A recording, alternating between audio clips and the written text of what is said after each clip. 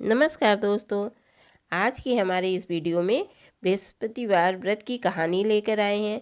किसी गांव में एक साहूकार रहता था जिसके घर में अन्न, वस्त्र और धन किसी भी चीज़ की कोई कमी नहीं थी।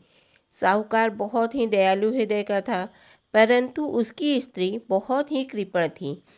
कभी दान में कुछ नहीं देती थी, सारा दिन बस अपने घर में ही लगी रहती थी।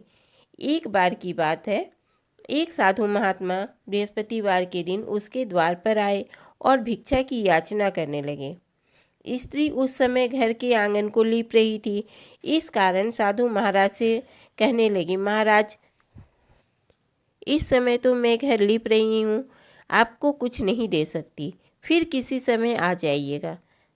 साधु यह सुनकर वहाँ से चले गए।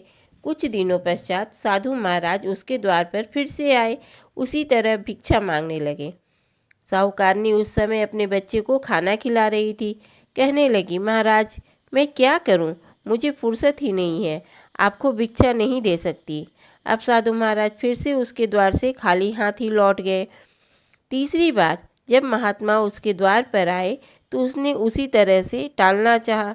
कहने लगी, मैं क्या करूं, मुझे समय ही नहीं मिलता, इसलिए आपको भिक्षा नहीं दे सकती। परंतु महात्मा जी कहने लगे कि यदि तुम्हें हर समय का अवकाश मिल जाए तो तुम भिक्षा दे दोगी। तो साहूकारनी कहने लगी, हाँ महाराज, यदि ऐसा हो जाए तो आपकी बड़ी कृपा होगी।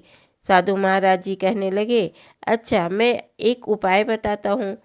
तुम बृहस्पतिवार को दिन चढ़ने पर उठो और सारे घर में झाड़ू लगाकर कूड़ा एक कोने में जमा करके रख दो। घर को चौका इत्यादि मत लगाओ। पति से कहो बृहस्पतिवार को हजामत अवश्य बनवाए। रसोई में खाना बनाकर चूल्हे के पीछे रख दो, सामने नहीं। फिर स्नान आदि करके सायंकाल को दिया आदि जलाओ और पीले वस्त्र मत धारण करो, ना पीले रंग की चीज़ का भोजन ग्रहण करो। यदि ऐसा करोगी तो तुम्हें घर का कोई काम नहीं करना पड़ेगा, तुम्हें अवकाश ही अवकाश हो जाएगा।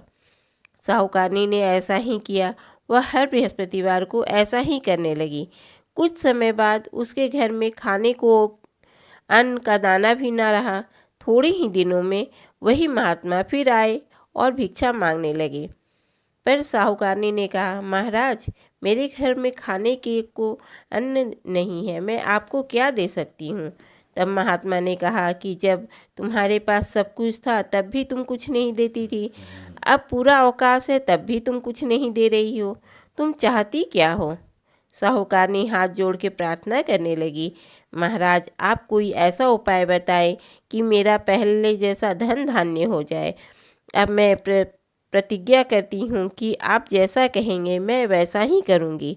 तब महात्मा ने कहा, बृहस्पतिवार के दिन प्रातःकाल उठकर स्नान आदि करके घर को गाय के गोबर से लिपो तथा घर के पुरुष हजामत ना बनवाए।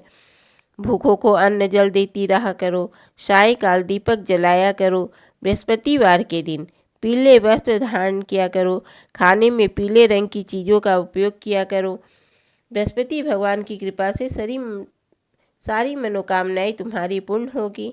साहूकारनी ने ऐसा ही किया और उसके घर में धन धान्य से परिपूर्ण हो गया, जैसे पहले था। बोलिए विष्णु भगवान की जय, बृहस्पति भगवान की जय।